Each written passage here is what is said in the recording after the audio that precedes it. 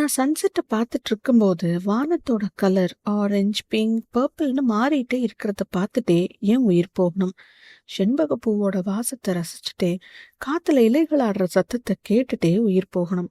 உயிர் போகும்போது என்னோட வீட்ல, என்னோட பெட்ல, என்னோட குடும்பம் என்ன சுத்தி இருக்கும்போது, கடமைகளை எல்லாம் நான் சரிவர முடிச்சுட்டேன்னு ஒரு மன திருப்தியில உயிர் போகணும். என்னோட உடம்புல நான் முழுமையான வாழ்க்கைய வாழ்ந்தேன் அப்படிங்கிற நிறைவ தவிர வேற எதுவும் என்னோட திறமை, அறிவுன்னு எதுவுமே இல்லாம உயிர் போகணும். என் உயிர் போனதுக்கு அப்புறம் என்ன சுத்தி நிக்கிற என்னோட குடும்பம் கைத்தட்டி என்ன அனுப்பி வைக்கணும். நல்லபடியா உயிர் போச்சுன்னு கைத்தட்டணும். நல்லபடியா உயிர் போறதுக்கு அவங்க முழுமையா வாழ்ந்தாங்கன்னு கைத்தட்டி செலிப்ரேட் பண்ணணும். இறப்ப பத்தி இவ்ளோ அழகா சொல்ற இவங்க ஏலுவா ஆர்தர். ஏன் இறப்ப பத்தி இப்பவே பேசுறாங்க? இவங்க இறப்ப பத்தி இவ்ளோ அழகா சொல்றாங்கன்னா, இவங்க வாழ்க்கையில எத கடந்து வந்திருக்காங்க? இதெல்லாம் பத்தி சொல்றது தான் இந்த வார எபிசோட். இது ஏலுவா பேசின டெட் டாக்கோட ஒரு சம்மரி. வணக்கம். நீங்க கேட்டுட்டு இருக்கிறது the next chapter podcast Tamil. நான் உங்க பிஜி. நீங்க ஆல்ரெடி ஒரு சப்ஸ்கிரைபர்னா ரொம்ப ரொம்ப நன்றி. உங்க என்கரேஜ்மெண்ட் எங்களுக்கு ரொம்ப முக்கியம். பண்ணாதவங்க கண்டிப்பா சப்ஸ்கிரைப் பட்டனை கிளிக் பண்ணுங்க. வாங்க இப்போ இந்த எபிசோட்குள்ள போலாம். ஏலுவா ஆர்தர் ஒரு டெத் டூலா. டெத் டூலாவா இருக்கிறவங்க ஒருத்தர் இறக்குற ஸ்டேஜ்ல அவங்களுக்கு பிசிக்கலாவும் மென்டலாவும் சப்போர்ட் பண்ணி அவங்களுக்கு இது இயற்கைன்னு ஆறுதல் சொல்லுவாங்க. ஏலுவா ஆக்சுவலா லா ப்ராக்டிஸ் பண்ணிட்டு இருந்தாங்க. அந்த வேலை அவங்களுக்கு பெருசா பிடிக்கல. அதனால லாங் லீவ் எடுத்துட்டு கியூபா போனாங்க. அங்க பஸ்ல போயிட்டு இருக்கும்போது அவங்க பக்கத்துல இருந்த லேடி கிட்ட பேசும்போதுதான் அந்த லேடிக்கு யூட்ரஸ் கேன்சர்னு தெரிஞ்சுக்கிட்டாங்க. 14 மணி நேர டிராவல்ல அந்த லேடிக்கு இருக்கிற இறப்ப பத்தின பயம், அவங்க வியாதிய பத்தின பயம்னு எல்லாத்த பத்தியும் அவங்க சொன்னதை கேட்க கேட்க ஏலுவா தன்னோட இறப்ப பத்தி நினைக்க ஆரம்பிச்சாங்க. இப்ப வாழ்ந்துட்டு இருக்க மாதிரியே நம்ம வாழ்ந்தா இறக்குறப்போ அது நமக்கு திருப்தியா இருக்குமான்னு யோசிச்சப்பதான், இல்ல இப்படி நாம வாழக்கூடாதுன்னு முடிவு பண்ணினாங்க ஏலுவா.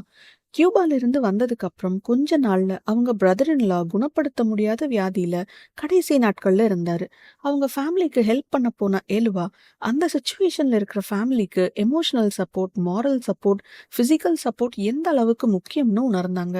இது மாதிரி எத்தனையோ ஃபேமிலி இருக்கும். அவங்களுக்கும் ஹெல்ப் பண்ணணும்னு முடிவு பண்ணி டெத் டூலா ஆனாங்க. டெத் டூலாவா இருக்கும்போது இறக்கும் தருவாயில இருக்கிற பல பேர் அவங்க பண்ண வேண்டிய விஷயங்கள், பண்ணியிருக்க வேண்டிய விஷயங்கள், பண்ணாமல் இருந்திருக்கலாமே அப்படிங்கிற விஷயங்கள் பலதையும் இவங்க கிட்ட சொல்லுவாங்க. இதை எல்லாத்தையுமே காது கொடுத்து கேட்டு ஆறுதலா மட்டுமே இவங்கனால இருக்க முடியும். கடந்த காலத்தை மாத்த முடியாது. எதிர்காலத்துக்கு டைம் இல்ல. கடந்த காலத்தை அக்செப்ட் பண்ணிக்கிட்டு நிகழ்காலத்தை முழுசா அனுபவிக்க மட்டுமே அவங்க ஹெல்ப் பண்ண முடியும். இந்த அனுபவத்தினால ஏலுவா நம்ம என்ன பண்றோம், ஏன் பண்றோம்னு சின்ன சின்ன விஷயத்த கூட டெத்த பேஸ் பண்ணி யோசிக்க ஆரம்பிச்சாங்க. வயசாகி இறக்க போறவங்களுக்கு வாழ்க்கைய பத்தி எல்லாமே தெரிஞ்சிருக்கும்னு முன்னாடி நினைச்சிட்டு இருந்தாங்க ஏலுவா. ஆனா நிதர்சனம்ல அப்படி இல்லைன்னு புரிஞ்சுது. டக்குன்னு ஞானம் வர்றதுக்கு அது ஏதோ ஒரு அதிசயமான டைம்லாம் இல்ல. இவங்க கிளையண்ட் ஒருத்தங்க வாழ்க்கையில அவங்களுக்கு பெரிய குறைன்னு ஒண்ணும் இல்லாத அளவுக்கு இருந்தாங்க. நல்ல படிப்பு, நல்ல வேலை, நல்ல குடும்பம், குழந்தைகள், நிறைய டிராவல்னு இருந்தாங்க. சின்ன சின்ன கஷ்டங்கள் இருந்தாலும் அதை தாண்டி ஒரு சக்சஸ்ஃபுல்லான லைஃப்னு சொல்லக்கூடிய வாழ்க்கை தான். அங்கதான் ஒரு ட்விஸ்ட். அவங்களுக்கு போன் கேன்சர் இருக்குன்னு கண்டுபிடிச்சு குணப்படுத்த முடியாதுன்னு தெரிஞ்சுக்கிட்டாங்க. அந்த நேரத்துல எவ்வளோ சக்சஸ்ஃபுல்லா இருந்தும் அவங்க லைஃப் அர்த்தமே இல்லாம இருந்த மாதிரி ஃபீல் பண்ணினாங்க. அடுத்தது அடுத்ததுன்னு ஓடிக்கிட்டே இருந்துட்டு இருக்கிற தருணத்துல தனக்கு பிடிச்சது என்னவோ அதை பண்ணி என்ஜாய் பண்ணவே இல்லைன்னு கவலைப்பட்டாங்க. அவங்களுக்கு புடிச்சது என்னன்னா, கார்டன்ல விளையாடுறது, புக்கு படிக்கிறது, நல்ல சாப்பாடு சாப்பிடுறது. ஆனா கீமோதெரப்பி, ரேடியேஷன் எல்லாம் பண்றப்போ நமக்கு டேஸ்டே தெரியாது. சாப்பிடணும்னு தோணுது. ஆனா அவங்கனால சாப்பிட முடியல. ஆனாலும் அவங்களால முடிஞ்ச வரைக்கும் வாசனைய வச்சு ரசிச்சு சாப்பிட்டாங்க. இவ்ளோ நாள் வாழ்ந்த வாழ்க்கைய விட இந்த கடைசி நாட்கள்ல அவங்களோட பாடியில இருக்கிற அத்தனை உணர்வுகளையும் அனுபவிச்சு வாழ்ந்தாங்க. அவங்க இறந்தப்போ யாரும் அவங்க எவ்ளோ சக்சஸ்ஃபுல்லா, ப்ரொடக்டிவா இருந்தாங்கன்னு பேசல. எவ்ளோ கைண்டா மத்தவங்களுக்கு ஹெல்ப்ஃபுல்லா இருந்தாங்கன்னு தான் பேசினாங்க. இதுதான் நம்மளோட லெகசி. நாம விட்டுட்டு போற சொத்து. ஒவ்வொரு நிமிஷமும் நாம எப்படி மத்தவங்க கிட்ட நடந்துக்கிறோம் அப்படிங்கறதுல தான் நம்ம லெகசியே இருக்கு. மனுஷங்க எல்லாத்துலயும் ஒரு அர்த்தம் இருக்கணும்னு நினைப்பாங்க. ஏன் அந்த அர்த்தம் நம்மளோட ரெகுலர் வாழ்க்கையில இருக்குன்னு யாரும் சொல்ல மாட்டேங்கிறோம். ப்ரொடக்டிவிட்டியை பத்தி மட்டும் பேசினா நாம பூமிக்கு பாரமா இல்லைன்னு காட்டுறதுக்கு ஏதோ ஒன்று ப்ரூவ் பண்ணிக்கிட்டே இருக்கணும். ஆனா நாம பிறந்ததே நாம லக்கியா இருக்கிறதுனால தானே. எதுக்கு அதை திரும்பவும் ப்ரூவ் பண்ணிட்டே இருக்கணும்? இறக்கிறத பத்தி பேசுறது எல்லாத்துக்குமே சங்கடமா, கஷ்டமா, சோகமா தான் இருக்கும். ஏன்னா அது எதுவும் நம்ம கண்ட்ரோல்ல இல்ல. எப்போ வேணா, எது வேணாலும் நடக்கலான்னு நமக்கு சொல்லிக்கிட்டே இருக்கும்.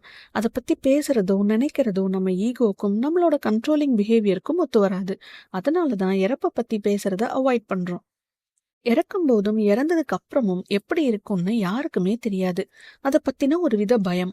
ஆனா அது நல்லதா கூட இருக்கலாம்னு ஏன் நம்ம நினைக்கிறது இல்ல? நாம நல்லதொரு வாழ்க்கைய வாழும்போது நம்மளோட இறப்பு ஒரு செலிப்ரேஷனா தான் இருக்கும். ஏலுவா இவ்ளோ வருஷம் டெத் டூலாவா இருந்ததுல அவங்க தெரிஞ்சுக்கிட்டது நம்மளோட இறப்பு தான் நம்ம லைஃப் எவ்ளோ ஆச்சரியமான ஒண்ணு. அது வாழ கிடைச்சதே ஒரு அதிசயம்தான்னு காட்டுதுன்னு சொல்றாங்க. இந்த எபிசோட் பத்தின உங்களோட கருத்துக்களை கமெண்ட்ஸ்ல சொல்லுங்க.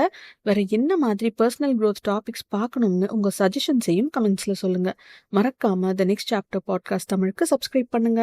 இனி இந்த மாதிரி வேற ஒரு நல்ல டாபிக்கோட நெக்ஸ்ட் எபிசோட்ல மீட் பண்ணலாம். பாய்.